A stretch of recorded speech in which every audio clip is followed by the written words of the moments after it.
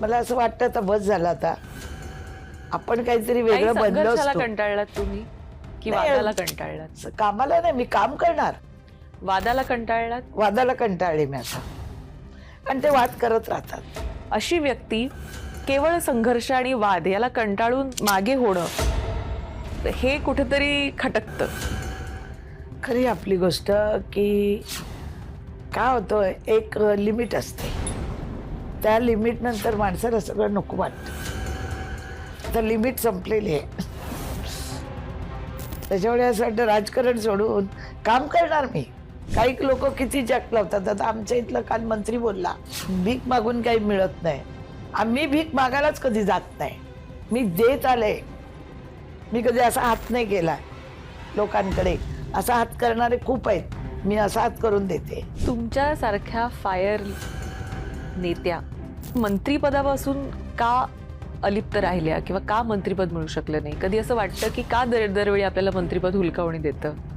काय कुठे चुकतं, काय कुठे घोडं अडतं? मी तर आता एक विचार करते की माझ्या नशिबातच नाही.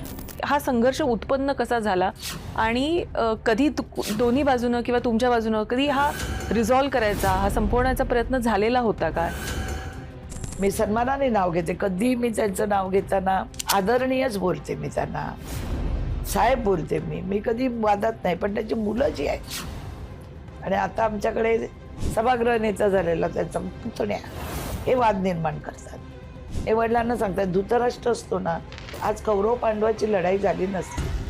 पांडवांकडे काही नव्हतं, 5 होते. माझ्याकडे काही नाही आहे, मी एकटी आहे. मग मला त्रास का? तर त्यांचं पूर्ण कुटुंबाला संपूर्ण नवी मुंबई ताब्यात पाहिजे. आता संदीप नाईक उभा राहिला, वडील भाजपमध्ये, तो राष्ट्रवादीमध्ये. सगळी भाजपचे आलेली लोक तुतारीचं काम करत होते. पण ह्या सगळ्याला कंटाळूनच तुम्ही पवार साहेबांचं म्हणजे एनसीपी हा सोडून तुम्ही भाजपमध्ये आलात, तर तेही आले तुमच्यासोबत ते मागोमाग. ते काय माहितीये का, काहीतरी तसं ग्रहमान आहे. माझ्या मागे आलं, त्यांना चांगली पदही मिळतात. तिथेही मंत्री होते, तिथे पवार साहेबांनी कधी माझा विचार नाही केला. नुकताच आलेल्या महिलांना त्यांना मंत्री केलं. पण ऐरवलीतली कामं ही बेलापूरमध्ये होत आहेत? 100% मॅडम, कोणाला कोण भेटतच नाही. तुमचा आणि गणेश नाईक यांचा वाद कधी त्याच्यावर पडदा पडेल असं वाटतं भविष्यात? नाही, वाद नाहीच आहे, कारण आपण त्याच्याकडे काहीच मागत नाहीये. कोणाला पण तरी- काय एवढा प्रॉब्लेम आहे तुमचा? ते कोणाला न्याय, त्यांची माणसाशिवाय ते कोण बघत. धृतराष्ट्र आहेत ते तुमच्याकडे बघणार नाही, ते त्यांच्या मुलाकडे बघणार. पण आता इतक्या मुख्यमंत्र्यांसोबत तुम्ही काम केलं, त्यांचं काम जवळून पाहिलं, त्यांच्यात आणि देवेंद्रजींमध्ये काय फरक वाटतो? देवेंद्रची जो खूप एक एनर्जी आहे, चालेल, त्यांचं बरोबरी कोणी करू शकत. पण सगळ्यांना पुरून उरणारे एकमेव मुख्यमंत्री, मी पवार साहेबां मुख्यमंत्री होते, विलासराव मुख्यमंत्री, सगळ्यांना बघितलं, सुधाकरराव मुख्यमंत्री, तुमचे बाबा चव्हाण मुख्यमंत्री, अशोक चव्हाण मुख्यमंत्री, विलासरावजींना बघितलं. जसं तुम्ही गाणी पण गाता तेव्हा असा जिंदादिलपणा तुमचा असा दिसून येतो त्याच्यामध्ये.